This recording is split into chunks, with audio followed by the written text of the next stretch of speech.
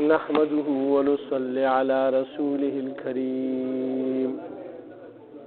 أما بعد فأعوذ بالله من الشيطان الرجيم بسم الله الرحمن الرحيم ألف لام را كتاب أحكمت آياته ثم فصلت من لدن حكيم خبير ألا تعبدوا إلا الله إنني لكم منه نذير وبشير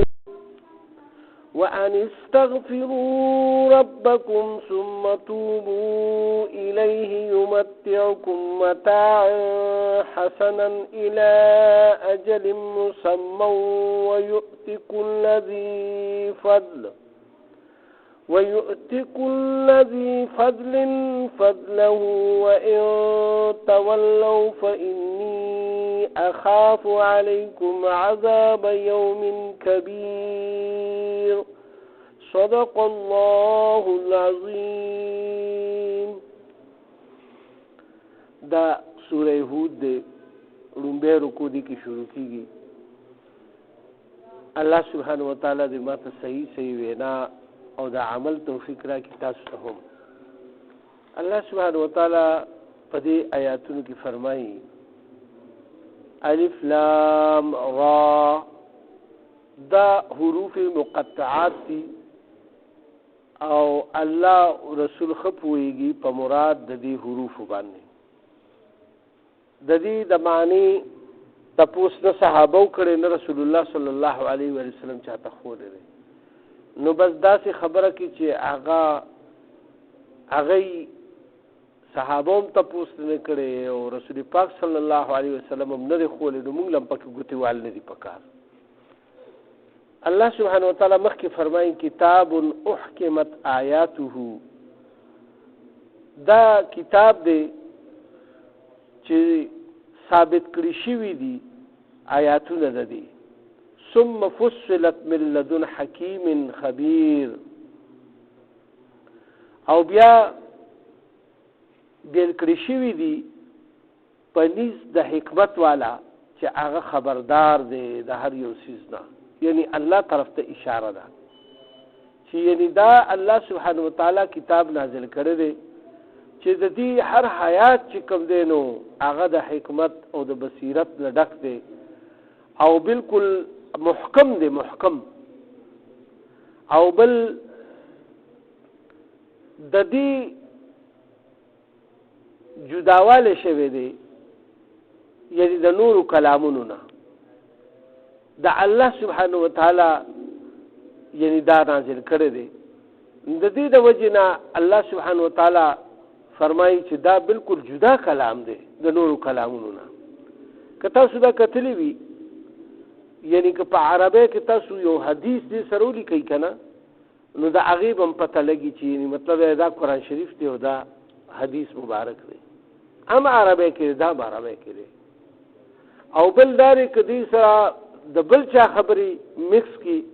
او هغه په عربی کې لیکل شي وي نو بیا هم دا هغې پته لګي چې دا قرآن شریف دی. د الله سبحانه وتعالی د کلام ځان له یو خپل نور دی او د هغې پته لګي واضحه چې دا د کلام الله نه دی او دا احادیثو نه دا د عام خبرو نه دی. نو دا جدا کړی شوی دی. الله سبحانه وتعالی مخکې فرمایي الله تعبدوا الا الله نو مکوئ تاسو عبادت مگر صرف د یو الله د یو الله عبادت کوئ ځکه چې د عبادت لایق صرف یو الله پاک دی. اننی لکم منه نذیر و بشیر او زه چې یم ستاسو د پاره د هغه د طرف نه یرونکی یم او زیر درکونکی یم. د دو سیزونو رسول الله صلی الله علیه و سلم طرف ته دلته اشاره را چې رسول الله صلی الله علیه وسلم دعوه کوي. یو دا دعوه کوي چې زه را لېږلی شویم تاسو ته یرونکی د څه نه د حساب کتاب دروازې نه د الله پاک نه او بیا چې څوک غلط اعمالو کې او په الله او په رسول او داغه په کتابونو په قیامت او په دې باندې ایمان وروړي نو هغه به جهنم ته ځي. دغه جهنم د عذابونو د رسول الله صلی الله علیه وسلم خلک یې وروړي دي. وبشیر او زیر ورکوونکي د جنتونو د خوش خبره ورکړي دي د هغه جنتونو چې کوم مسلمانان ایمان وروړي او بیا نیک عملو کې په دنیا کې نو هغه ته به کوم اجر ملاویږي په آخرت کې د هغې بشارت دی. نو رسول الله صلی الله علیه وسلم یعنی د آخرت په لحاظ سره چې کوم دی نو دا دواړه خبرې دي. بعضې وخت کې یعنی د نیک اعمالو د وجې نه الله سبحانه وتعالی په دنیا کې په انسان باندې رحمتونه نازلوي او د بدو عملونو د وجې نه یعنی بعضې وخت عذابونه هم نازلوي. نو په دنیا کې هم دی خو په دنیا کې یعنی که یو سړی خوشحاله وي او هغه کافر وي نو موږ دا نشو ویلی چې دی په آخرت کې هم خوشحاله وي ځکه چې د دنیا او د آخرت معامله بدله بدله ده. دلته الله سبحانه وتعالی ټولو له یو شانتې هر یو شیز ورکړی دی. تاسو ګورئ هوا کې اوس دلته هوا ده که نه موږ ټول ساګانې اخلو نو د چا هم پسې کنټرول نشته چې ته ډېر آلی او که ته لږ آلی او که ته څه آلی په دې باندې چا کنټرول نشته. د الله سبحانه وتعالی نه یعنی په وافر مقدار کې دومره مهیا کړې شوې ده دا هوا او اکسیجن چې موږ ورته وایو په عام ژبه کې په هسپتالونو کې چې کله د انسان پهبړی کار پرېږدي نو بیا ورته هغه اکسیجن والا ماسک ولګوي. او اوس په دې کرونا کې خاص طور یعنی د دې ډېر زیات ضرورت راځي. ولې چې د کرونا سره د انسان یعنی دا پړپوس چې کوم دی هغه باندې اثر ډېر زیات کېږي نو دته په ساه کې تکلیف وي او چې کله د ساه تکلیف دته پیدا شي نو دله بیا هغه اکسیجن د پوزې او خولې ته ولګوي چې دله په اسانه باندې د اکسیجن او په زور زور ولا هغه سلنډر په ذریعه سره یعنی هغه ورکوي. نو دلته الله سبحانه وتعالی دا فرمایي چې یعنی دلته دې دنیا کې الله سبحانه وتعالی موقع انسان لا ټول انسانانو له یو شانتي ورکړي دي چې هر سړی مهنت کوي او څومره رزق ګټي. خو بعضې وخت کې الله سبحانه وتعالی چې چا په قسمت څومره لیکلي وي ډېر مهنت وکړي لږې پیسې ورته میلاو شي او بعضې وخت کې لږ مهنت وکړي ډېر څیزونه ورته میلاو شي ډېر دولت ورته میلاو شي. نو دا د الله اختیار دی خو لیکن موقع الله سبحانه وتعالی ټول له یو شانتي ورکړي دي. د دې د وجې نه د دنیا او د آخرت معامله جدا جدا ده. صحیح ده. بیا الله پاک فرمایي وان استغفروا ربکم بل دا چې تاسو بخشش غواړئ د رب خپلنا ثم توبو او بیا هغه ته توبه وباسئ الیه هغه طرف ته یمتعکم متاعا حسنا نو فایده به درکړي تاسو ته هغه فایده ښه په دنیا کې یعنی عذاب به در باندې نازل نشي. قهر او عذاب چې کوم د الله طرف راځي په مخکورو کافرانو باندې راغلی او په قومونو باندې د نافرمانۍ د وجې نه کوم عذاب هغې باندې راغلی نو هغه د هغې ذکر فرمایي ځکه چې هود علیه السلام دا نوح علیه السلام پسې په دویم نمبر باندې پیغمبر دی او دا عادیانو ته راغلی عادیانو ته عادیان ډېر په جسم کې لوړ لوړ چتو چتو او د کجورو د ونې برابر د هغې تنې وي او هغه ډېر زیات جسامت والا او ډېر زیات قوت طاقت والا جسمونه الله پاک ورکړي. خو چې کله د الله حکم ونه منلو نو الله سبحانه وتعالی هغه تباه او هلاک کړو. خو دلته کې پیغمبر چې کله هغې ته راغو نو پیغمبر ورته د دا ووایي دا د هود علیه السلام صورت دی او د هغه بیان کېږي چې هغه ورته وایي چې زه تاسو ته یروونکی د الله پاک نه د دوزخ او د عذابونو نه راغلم او زیرې درکوونکي د جنتونو لپاره راغلم. نو تاسو هغه ته توبه وباسئ د خپل ګناهونو او بتپرستي پرېږدئ چې کوم غلطو کارونو کې اخته یې دا پرېږدئ او الله ته توبه وباسئ نو بیا به الله پاک تاسو له لږ مهلت درکړي یعنی بیا به عذاب در باندې نه راولي.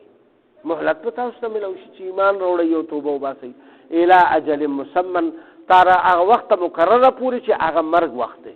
یعنی هر سړی په خپل نیټه باندې مري خو په یو ځای باندې خو ټول نه مري که نه او د عذاب په شکل کې چې کله عذاب راشي نو هغه خو بس بیا په یو ګرس سره ټول لاړ شي په یو ځای کې. نو دلته کې الله پاک یعنی دا هغه په خپل باندې دا فرمایي چې کله هغه امت ته خپل دعوت ورکولو نه هغه ته وي چې تاسو توبه الله توبه سوي استغفار وایي نو تاسو له الله پاک یو وخت مقرره پوری نیټه پوری یعنی خپل مرګ پوری به تاسو له مکمل ملو شي ويؤتي كل ذي فضل فضلا او ورب کی هر یو سیز لا د فضل خاون له داغه فضل به ملو شي یعنی رزق د فضل نه مراد رزقم دی د دنیا ژوندم دی د دنیا خوشحالیم دی او مال او دولتم دی نو دا به ملو شي تاسو ته خو که تاسو الله ته استغفار کوئ او الله ته توبه وباسئ وان تولوا او که تاسو دا خبره اونه منله روګردانی مو وکړه فإني أخاف نزيريكم پتاسبانه عليكم پتاسبانه عذاب يوم كبير دا عذاب دیر الوینا نو غلوی عذاب یو خو د قیامت ورځ ده کنه الوی ورځ خو لیکن دای باندې چونکه من حيث القوم الله سبحانه وتعالى پیغمبر ته فرمایلو چې دای دا خبره نه مني نو په دای باندې بیا زدا چې عذاب راولم چې په یو کلک کې بټول مري نو دا غي ذکر فرمای چې بیا په پتا سبحانه غره هغه عذاب روز راشي نو هغه د لوی عذاب روز ده چې پای کې بیا ټول مړ کېږي نو بیا څه چل بوشي چې ټول مړ شي بیا به الله سبحانه وتعالى الى الله مرجعكم تاسو به ټول واپس لاړ شي هغه طرف ته چې مړ شي خو هغه طرف ته به نه کړه وهو على كل شيء قدير او هغه په هر چیز باندې قادر دی هغه دا کار هغه آسان دی چې په یو لمحه کې تاسو ټول ختم کی الا انهم يسنون او خبردار شي نو وی هغه چې کوم دین راغونډون کیو صدورهم خبردار شي چې د دې دا سینې چې کوي یعنی راغونډ شي وي صدورهم دا هغه سینې ليستخفوا منها چې چپ شي دا هغه دا یعنی چې پټ کی هغه الا حين يستغشون ثيابهم او خبردار شي چې کله یعنی پټیږي یو شیز په کپڑا کې يعلم ما يسرون وما يعلنون نو هغه ته پته لګي چې تاسو کوم پټوي او کوم سرګندوي دلته مراد د دې خبره نه ده چې یعنی تاسو په سینو کې چې کوم دنه کوم پټي خبرې دي هغه الله ته پته ده تاسو په سینو کې چې کوم رازونه پټ کړی دي کومې خبرې مو پټې کړي د الله دشمنی د رسول سره دشمنی د دین سره دشمنی هغه الله ته پته ده تاسو دا نه شي پرې انه علیم بذات الصدور او هغه خفه دی په پټو رازونو د سینو باندې د سینو په خبرو باندې الله سبحانه وتعالى چې کوم دی خبردار دی